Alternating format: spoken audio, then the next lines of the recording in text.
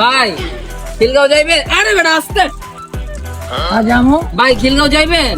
আমার ভাইটা চোখে একটু কম দেখে, একটু ভাড়াটা কমায় রাখেন। উড়েন। যাইবেন না ভাই, আপনার মানুষ মনে করেন না। টাকা থাকলে কি কইতাম যে কম টাকা রাখেন? আরে ভাই আপনার তো আমি বলছি যাবো, আপনার তো বলি নাই যাই না, উড়েন। ও ভাই কানে একটু কম উনি তো, এলে বুঝি নাই কা।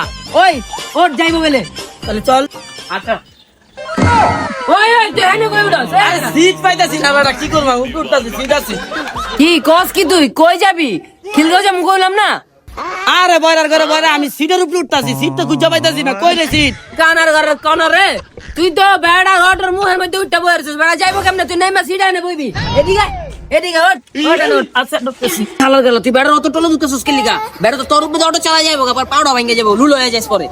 হাই রে কোন পাগলের পাল্লায় পড়লাম, একটা কানা খেয়েছে ভয়রা। আমি দেখতাছি সিটটা হেনে, তুই বয়রার ঘরে বয়রা চুপ থাক।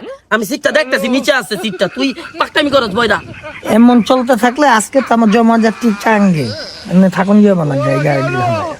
আরে পাবেল রে, তুই বেশি বুঝছ, তোর বেশি পাকনামি করস, তোর একবার বেশি গুলাম। তোর লেগে আজকে গাড়ি হারাইছি। হ্যাঁ